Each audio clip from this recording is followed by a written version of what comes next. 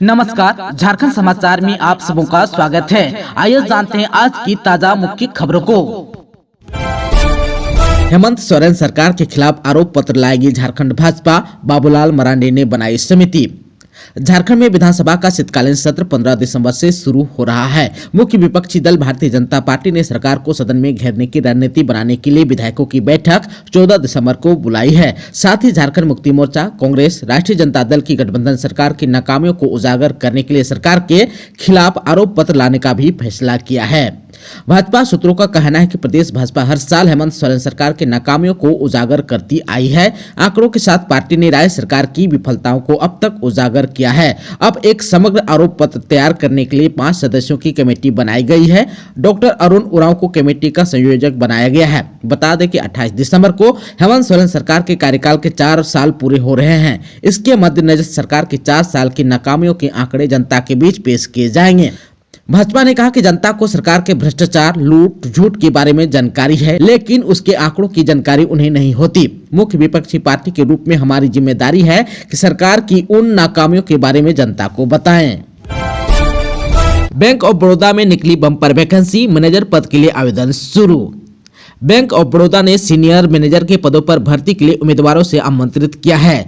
BOB यानी कि bank of Baroda की इस भर्ती के लिए आवेदन फॉर्म 26 दिसंबर 2023 तक भरे जाएंगे। इस भर्ती प्रक्रिया के जरिए सीनियर मैनेजर के कुल 250 पद भरे जाएंगे। इच्छुक और योग्य उम्मीदवार बैंक ऑफ बड़ौदा की आधिकारिक वेबसाइट bankofbaroda.in के माध्यम से आवेदन कर सकते हैं। आपको बता दूं कि इसके लिए किसी मान्यता प्राप्त संस्थान या यूनिवर्सिटी से 60% अंकों के साथ बैचलर डिग्री हो। इसके साथ ही रिलेशनशिप या क्रेडिट मैनेजमेंट में 8 साल का अनुभव प्राप्त हो। वहीं उम्र की बात करें तो 1 दिसंबर 2023 को उम्मीदवार की न्यूनतम उम्र 28 साल और अधिकतम उम्र 37 साल होनी चाहिए। अधिकतम आयु सीमा में आरक्षित वर्ग के उम्मीदवारों को छूट मिलेगी। वहीं सामान्य EWS और OBC वर्ग के उम्मीदवारों को 600 रुपये आवेदन शुल्क के साथ टैक्स और पेमेंट गेटवे चार्ज को देना होगा। वहीं SC, ST, PWD और महिला वर्ग के उम्मीदवारों को 100 रुपये के साथ टैक्स और पेमेंट गेटवे चार्ज का भुगतान करना होगा। आवेदन शुल्क का भुगतान ऑनलाइन मोड में डेबिट कार्ड या क्रेडिट कार्ड या नेट बैंकिंग के जरिए करना होगा। झारखंड में अब ड्रोन टेक्नोलॉजी से होगी फसलों की निगरानी। राज्य में फसलों की निगरानी के लिए ड्रोन तकनीक का उपयोग किया जाएगा। इससे फसलों की सुरक्षा के साथ साथ किसानों के समय की भी बचत होगी। इसके लिए केंद्र सरकार देश भर में महिला स्वयं सहायता समूहों को ड्रोन उपलब्ध कराएगी। केंद्र की इस पहल के बाद झारखंड के कृषि विभाग व ग्रामीण विकास विभाग अंतर्गत JSLPS के साथ कन्वर्जेंस से ड्रोन सेवाएं प्रारंभ की जाएगी। अधिकारियों ने बताया कि राज्य में अभी 2.83 लाख महिला स्वयं सहायता समूह कार्यरत हैं। इनमें से कुछ का चयन ड्रोन उपलब्ध कराने के लिए होगा। इसके अलावा कृषि विभाग अंतर्गत स्वयं सेवा समूह और महिलाओं किसानों को भी ड्रोन दिया जाएगा। संसद की सुरक्षा में चूक पर झारखंड के सांसद ने कहा, आज तो बाल बाल बचे हम लोग। लोकसभा में सुरक्षा की चूक के बाद झारखंड के सांसदों ने शून्यकाल के दौरान होने वाले घटनाक्रम के बारे में विस्तार से जानकारी दी। एक सांसद ने कहा कि आज तो हम लोग बाल बाल बचे। 2 लोग संसद में दाखिल हो गए और स्मोक क्रैकर छोड़ दिया। 2 युवकों ने इस घटना को अंजाम दिया। हालांकि एक युवक अपने जूते से स्मोक क्रैकर निकाल नहीं पाया। जब तक वह जूते से उसे निकालता, सांसदों और सुरक्षाकर्मियों ने मिलकर उसे धर दबोचा। करीब 15 मिनट तक लोकसभा में अफरा तफरी का माहौल बना रहा। झारखंड के सांसदों ने इसे सुरक्षा में चूक माना है। बता दें कि प्रधानमंत्री नरेंद्र मोदी और केंद्रीय गृह मंत्री अमित शाह उस वक्त सदन में मौजूद नहीं थे जब यह घटना हुई। पीएम मोदी और अमित शाह दोनों छत्तीसगढ़ के मुख्यमंत्री विष्णुदेव साय के शपथ ग्रहण समारोह में शामिल होने के लिए रायपुर गए हुए थे। उन्होंने बताया कि संसद में अफरा तफरी मचा देने वाला इन लोगों की कोई मांग नहीं थी, सिर्फ वे नारेबाजी कर रहे थे। तानाशाही नहीं चलेगी, तानाशाही नहीं चलेगी। विधानसभा के शीतकालीन सत्र को लेकर तैयारी शुरू। आज यानी कि 14 को होगी बैठक। विधानसभा के शीतकालीन सत्र को लेकर पक्ष और विपक्ष तैयारी शुरू कर दी है। विधानसभा सत्र को लेकर आज यानी कि 14 दिसंबर को पक्ष विपक्ष की बैठक होगी। सत्ता पक्ष के विधायक सीएम आवास में साथ बैठेंगे। इस बैठक में झामुमो, कांग्रेस और राजद विधायक विपक्ष के सवालों को लेकर रणनीति बनाएंगे। बैठक में मुख्यमंत्री हेमंत सोरेन भी शामिल होंगे। उधर जो है भाजपा ने 14 दिसंबर की शाम विधायक दल की बैठक बुलाई है। बैठक में प्रतिपक्ष के नेता अमर बावरी, प्रदेश अध्यक्ष बाबूलाल मरांडी के साथ सभी विधायक सरकार को घेरने के मुद्दों पर चर्चा करेंगे। सरकार से पूछे जाने वाले सवालों को लेकर चर्चा होगी। 15 दिसंबर को होगी झारखंड कैबिनेट की मीटिंग। नियोजन नीति को लेकर होगी चर्चा। 15 दिसंबर को मुख्यमंत्री हेमंत सोरेन की अध्यक्षता में झारखंड कैबिनेट की मीटिंग होगी। मीटिंग शाम 4 बजे अथवा विधानसभा सत्र के बैठक के बाद होगी। बताया जा रहा है कि कैबिनेट की मीटिंग में 1932 खतियान आधारित नियोजन नीति के मुद्दे पर हेमंत सरकार कोई बड़ा फैसला ले सकती है। आप सबको बता दूं कि गवर्नर सीपी राधाकृष्णन ने विधानसभा से पारित इससे जुड़े विधेयक को अपने संदेश के साथ विधानसभा को लौटा दिया है। सरकार इस संदेश पर विचार करते हुए पुनः खतियान आधारित नियोजन नीति को परिभाषित करने पर विचार कर रही है। खबर है कि सरकार इसे कैबिनेट में फिर विधानसभा पेश कर पुनः राज्यपाल को भेजेगी। 18 दिसंबर को शैक्षणिक हड़ताल पर रहेंगे शिक्षक। 18 दिसंबर को शिक्षकों ने शैक्षणिक हड़ताल पर रहने का निर्णय लिया है। संघर्ष मोर्चा की बैठक में यह निर्णय लिया गया। यह जानकारी रघुनाथ सिंह ने दी। आप सबको बता दें कि वित्त रहित शिक्षा नीति को समाप्त करने और शिक्षकों और कर्मचारियों को वेतनमान देने की मांग को लेकर शिक्षाकर्मी लंबे समय से संघर्ष मोर्चा के बैनर तले आंदोलन कर रहे हैं। वहीं 19 दिसंबर को शीतकालीन विधानसभा के सत्र के समय पर विधानसभा के समक्ष धरना करने का निर्णय भी लिया गया है। वहीं इससे पहले 15 दिसंबर को उपवास पर रहेंगे और विरोध में प्रदर्शन करेंगे। इसी प्रकार 20 दिसंबर को अपने क्षेत्र के विधायक के आवास का घेराव भी करेंगे।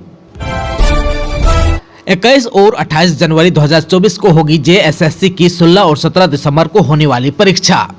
सामान्य स्नातक के पदों के लिए होने वाली संयुक्त नियुक्ति परीक्षा में शामिल होने वाले अभ्यर्थियों के लिए खुशखबरी है। इन पदों पर नियुक्ति के लिए स्थगित परीक्षा का नया शेड्यूल झारखंड कर्मचारी चयन आयोग ने घोषित कर दिया है। अब जो है 21 और 28 जनवरी को परीक्षा आयोजित की जाएगी। आप सबको बताते चले कि सोमवार को जेएसएससी द्वारा 16 और 17 दिसंबर को होने वाली परीक्षा स्थगित कर दी थी। इसकी खबर मिलते ही देर शाम सैकड़ों युवा सड़क पर आ गए। देर रात तक अल्बर्ट एकाच चौक पर जमकर नारेबाजी की थी। अभ्यर्थियों का कहना है हाल के दिनों में जो नियुक्ति परीक्षा हुई उसमें बड़े पैमाने पर त्रुटियां हैं। इसमें पीजीटी और लैब असिस्टेंट नियुक्ति परीक्षा शामिल है। अभ्यर्थियों ने जेएसएससी से त्रुटियों में सुधार की मांग कर रहे हैं। सीएम हेमंत सोरेन ने जामताड़ा को दी 452 करोड़ की योजनाओं की सौगात। जामताड़ा के नाला प्रखंड के नूतनडी मैदान में बुधवार को सरकार आपके द्वार कार्यक्रम का आयोजन किया गया। सीएम हेमंत सोरेन भी कार्यक्रम में शामिल हुए, जहां उन्होंने 452 करोड़ की 92 योजनाओं का उद्घाटन और शिलान्यास किया। झारखंड के रेल यात्रियों के लिए अच्छी खबर, आज से चलने लगेगी स्वर्ण जयंती एक्सप्रेस। बीडी राम ने कही ये बात। झारखंड के रेल यात्रियों के लिए अच्छी खबर है। खासकर दिल्ली जाने वाले यात्रियों के लिए रांची के हटिया स्टेशन से दिल्ली के आनंद विहार जंक्शन तक चलने वाली ट्रेन को 1 मार्च 2024 तक रद्द कर दिया था। अब यह ट्रेन आज से यानी कि गुरुवार 14 दिसंबर से पहले की तरह चलने लगेगी। पलामू के सांसद विष्णु दयाल राम ने बुधवार को यानी कि 13 दिसंबर को यह जानकारी दी। उन्होंने बताया कि 12,873 बाय 12,874 हटिया आनंद विहार झारखंड स्वर्ण जयंती एक्सप्रेस ट्रेन 14 दिसंबर से फिर से शुरू हो जाएगी। इस ट्रेन को 4 दिसंबर को ही 1 मार्च 2024 तक रद्द करने का ऐलान रेलवे की ओर से किया गया था। बीडी राम ने बताया कि रेलवे हर साल ठंड के मौसम में कुहासे की वजह से इस ट्रेन को 3 महीने के लिए रद्द कर देता है। इस साल भी इस ट्रेन को रद्द करने की बात कही गई थी, लेकिन अब इस फैसले को बदल दिया गया है। कोडरमा में चलती ट्रेन के शौचालय में महिला का हुआ प्रसव, जच्चा बच्चा दोनों सुरक्षित। चलती ट्रेन में एक बार फिर से किलकारी गूंजी है। इस बार नेताजी एक्सप्रेस ट्रेन के सामान्य कोच में सफर कर रही गर्भवती महिला का शौचालय में प्रसव हुआ और जच्चा बच्चा दोनों सुरक्षित है। मामला कोडरमा स्टेशन का है। इस मामले की सूचना के बाद आरपीएफ ने जच्चा बच्चा को मिशन सेवा के तहत एम्बुलेंस बुलाकर सदर अस्पताल कोडरमा भेज दिया। जेएसएससी की परीक्षा स्थगित करने के विरोध में अभ्यर्थियों ने किया प्रदर्शन, भाजयुमो भी सड़क पर उतरा। झारखंड सामान्य स्नातक योग्यताधारी संयुक्त प्रतियोगिता परीक्षा 2023 को स्थगित किए जाने का विरोध मंगलवार को भी किया गया। अभ्यर्थियों ने स्टेट लाइब्रेरी से अल्बर्ट एकाच चौक तक जुलूस निकाला और प्रदर्शन किया। जेएसएससी के खिलाफ नारेबाजी भी की। प्रदर्शनकारियों का कहना था कि वर्ष 2016 में यह परीक्षा होनी थी, लेकिन 8 वर्ष में यह परीक्षा नहीं हो पाई है। आयोग तारीख पर तारीख देता रहा है। बार बार परीक्षा स्थगित करने से अभ्यर्थियों का भविष्य अंधकारमय होता जा रहा है। प्रदर्शन में काफी संख्या में अभ्यर्थी शामिल थे। झारखंड में 11वीं और 12वीं के विद्यार्थियों के लिए होगी क्विज निबंधन लेखन प्रतियोगिता। प्रथम विजेता को मिलेगा 1 लाख रुपये। Institute of hotel management Ranchi द्वारा झारखंड राज्य के विभिन्न उच्च माध्यमिक स्कूलों की 11वीं और 12वीं की कक्षा के विद्यार्थियों के लिए अखिल भारतीय विद्यालय स्तर प्रश्नोत्तरी एवं निबंधन लेखन प्रतियोगिता आयोजित की जा रही है। इसका आयोजन national council for hotel management Noida और पर्यटन मंत्रालय भारत सरकार के संयुक्त तत्वावधान में किया जा रहा है। निबंध लेखन प्रतियोगिता हिंदी या अंग्रेजी भाषा में होगी तथा शब्द की सीमा 700 से 800 रहेगी। प्रतियोगिता में भाग लेने के लिए प्रतिभागी को भारतीय नागरिक होने के साथ साथ वर्तमान में किसी मान्यता प्राप्त प्राप्त स्कूल में 11वीं या 12वीं की कक्षा पढ़ाई करना जरूरी है। संस्थान के प्राचार्य डॉक्टर भूपेश कुमार ने बताया कि प्रतियोगिता में भाग लेने के लिए कोई शुल्क नहीं लगेगा। NCHMCT के पोर्टल पर अपना रजिस्ट्रेशन 8 जनवरी 2024 तक करा सकते हैं। प्रथम विजेता को 1 लाख रुपए तथा 1 स्वर्ण पट्टिका, द्वितीय विजेता को 50,000 रुपए और 1 कांस्य पट्टिका तथा तृतीय विजेता को 20,000 रुपए तथा अन्य विजेता को 10,000 रुपए मिलेंगे। रांची में बढ़ी ठिठुरन, 7 डिग्री से नीचे गया पारा। जाने झारखंड में कहां का है तापमान सबसे कम। झारखंड की राजधानी रांची समेत प्रदेश के सभी जिलों में ठंड बढ़ रही है। रांची का न्यूनतम तापमान 7 डिग्री से भी नीचे आ गया है। डाल्टनगंज, देवघर को छोड़कर अधिकतम तापमान सामान्य से कम है। न्यूनतम तापमान में 3.5 डिग्री से अधिक की गिरावट दर्ज की गई है। मौसम विभाग की ओर से यह जानकारी दी गई। भारत मौसम विज्ञान केंद्र के रांची स्थित मौसम केंद्र ने बताया है कि पिछले 24 घंटे के दौरान चाईबासा का न्यूनतम तापमान सबसे कम 9 डिग्री सेंटीग्रेड रहा। वहीं उच्चतम तापमान भी यहीं सबसे अधिक दर्ज किया गया। चाईबासा का उच्चतम तापमान 28.4 डिग्री सेंटीग्रेड रिकॉर्ड किया गया। बुधवार को यानी कि 13 दिसंबर को राजधानी रांची की काके का न्यूनतम तापमान 6.9 डिग्री सेंटीग्रेड रिकॉर्ड किया गया, जो झारखंड में सबसे कम है। रांची स्थित मौसम केंद्र के प्रमुख अभिषेक आनंद ने बताया कि झारखंड के अधिकतर इलाकों में सुबह में कोहरा छाया रहा, बाद में आसमान साफ हो गया, मौसम शुष्क रहा। आने वाले 5 दिनों के दौरान झारखंड में न्यूनतम तापमान में किसी बड़े बदलाव की संभावना नहीं है। राजधानी रांची के मौसम की बात करें तो न्यूनतम तापमान में अभी थोड़ी और गिरावट आ सकती है। वहीं 14 दिसंबर से 17 दिसंबर तक रांची में कोहरा या धुंध छाए रहेगा, आसमान साफ रहेगा और मौसम शुष्क रहने का अनुमान है। इस दौरान अधिकतम तापमान 21 से 23 डिग्री के बीच रह सकता है, जबकि न्यूनतम तापमान 9 से 10 डिग्री के बीच रहने का अनुमान है। जैक बोर्ड एग्जाम 2024 के लिए इंटर के लिए फॉर्म भरने की तारीख बढ़ी। इस दिन डाउनलोड कर सकेंगे एडमिट कार्ड। झारखंड बोर्ड के मैट्रिक और इंटर की परीक्षा अब नजदीक आ गई है। छात्र एग्जाम फॉर्म भर रहे हैं, वहीं मैट्रिक परीक्षा के लिए फॉर्म लिए गए हैं, वहीं इंटर के लिए अभी भी परीक्षा फॉर्म भरे जा रहे हैं। 12वीं की छात्रों के लिए बिना विलंब शुल्क के परीक्षा फॉर्म भरने की आखिरी तारीख 12 दिसंबर थी। कई छात्र ऐसे हैं जो इस अवधि तक किसी कारणवश परीक्षा फॉर्म नहीं भर पाए। वैसे छात्रों को झारखंड एकेडमिक काउंसिल ने राहत दी है। आप सबको बता दूं कि जैक ने परीक्षा फॉर्म भरने की तारीख बढ़ा दी है। अब इंटर के छात्र 15 दिसंबर 2023 तक बगैर विलंब शुल्क के ऑनलाइन परीक्षा फॉर्म भर सकते हैं। वहीं चालान के माध्यम से शुल्क जमा करने की अंतिम तिथि 18 दिसंबर है, जबकि विलंब शुल्क के साथ ऑनलाइन परीक्षा फॉर्म भरने की तिथि 16 से 20 दिसंबर तक और बैंक चालान के माध्यम से शुल्क जमा करने की अंतिम तिथि 22 दिसंबर तय की गई है। आप सबको बता दूं कि झारखंड एकेडमिक काउंसिल ने अपने आधिकारिक वेबसाइट पर यह जानकारी दी है। सरकारी नौकरी की प्रतीक्षा कर रहे युवाओं को हेमंत सरकार ने दिया धोखा, बाबूलाल मरांडी ने कहा। बीजेपी के प्रदेश अध्यक्ष बाबूलाल मरांडी ने मंगलवार को मुख्यमंत्री हेमंत सोरेन को कटघरे में खड़ा किया। मरांडी ने झारखंड कर्मचारी चयन आयोग द्वारा 16 और 17 दिसंबर को आयोजित होने वाले झारखंड सामान्य स्नातक योग्यताधारी सीमित प्रतियोगिता परीक्षा को स्थगित किए जाने को लेकर हेमंत सरकार की असमर्थता बताया। उन्होंने कहा कि यह परीक्षा आयोजित करने वाली एजेंसी की असमर्थता नहीं थी। उन्होंने कहा कि झारखंड में सरकारी नौकरी की प्रतीक्षा कर रहे लाखों अभ्यर्थियों को हेमंत सरकार ने फिर एक बार धोखा दिया। दरअसल यह सरकार युवाओं को नौकरी नहीं देना चाहती।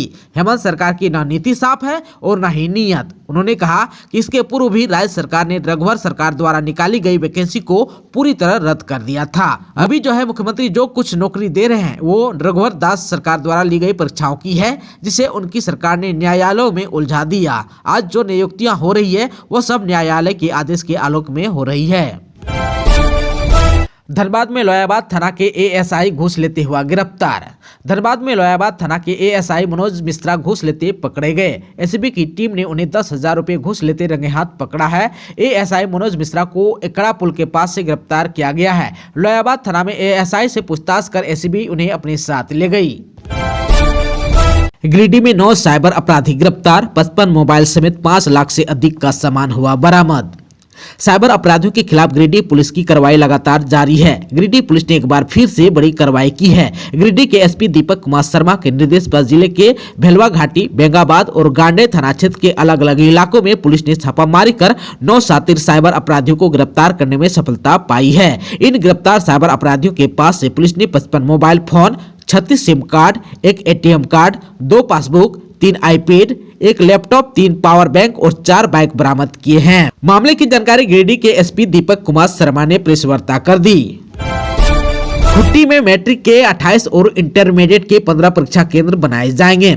आगामी वार्षिक माध्यमिक और इंटरमीडिएट परीक्षा के सफल संचालन को लेकर मंगलवार को समाहरणालय सभागार में उपायुक्त लोकेश मिश्र की अध्यक्षता में बैठक हुई, जिसमें परीक्षा केंद्र के चयन और परीक्षा के सफल संचालन को लेकर विचार विमर्श भी किया गया। उपायुक्त ने जिला शिक्षा पदाधिकारी अतुल कुमार चौबे को परीक्षा केंद्र में परीक्षार्थियों की सुविधा के लिए सभी व्यवस्था करने का निर्देश दिया। श्री चौबे ने बताया कि आगामी इंटरमीडिएट परीक्षा के लिए कुल 15 परीक्षा केंद्र बनाए जाएंगे, जिसमें 5,844 विद्यार्थी शामिल होंगे। वहीं माध्यमिक परीक्षा के लिए 6,998 विद्यार्थियों ने पंजीयन कराया है, जबकि स्कूलों में नामांकित विद्यार्थियों की संख्या 7,783 है। उन्होंने बताया कि माध्यमिक परीक्षा के लिए कुल 28 केंद्र बनाए जाएंगे। मौके पर डीडीसी नीतीश कुमार सहित अन्य लोग उपस्थित थे। नाले में मिली 18 साल की लड़की की डेड बॉडी 4 दिनों से थी लापता। रांची के टाटी सिलवे पुलिस ने मंगलवार को सिलवे पंचायत के उलातू नाला से एक युवती का शव बरामद किया। मृतका जुगनू कुमारी पंडरा ओपी क्षेत्र के ऑफिसर बैंक कॉलोनी के निवासी थी। परिजनों के अनुसार जुगनू की मानसिक स्थिति ठीक नहीं थी और वह 4 दिनों से लापता थी। इसके बाद परिजनों ने पंडरा ओपी में सनहा दर्ज कराया था। पुलिस शव को पोस्टमार्टम के लिए रिम्स भेज दिया।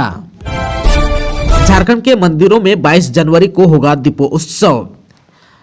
भगवान रामलला की जन्मस्थली अयोध्या में 22 जनवरी 2024 को होने वाले प्राण प्रतिष्ठा समारोह के अवसर पर तोरपा प्रखंड के सभी मंदिरों और पूजा स्थलों में दीपोत्सव मनाया जाएगा। इसकी तैयारी को लेकर तोरपा के NHPC परिसर स्थित इसी मंदिर परिसर में सनातन धर्मावलंबियों की बैठक मंगलवार को हुई।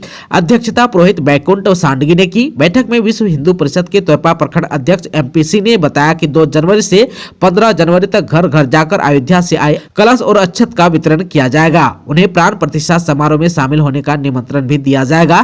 कहा कि प्राण प्रतिष्ठा के दिन तोरपा प्रखंड के सभी मंदिरों को आकर्षक ढंग से सजाया जाएगा और सभी घरों में दीपोत्सव मनाया जाएगा। सभी मंदिरों में संध्या आरती होगी, प्रसाद वितरण और भंडारे का भी आयोजन किया जाएगा।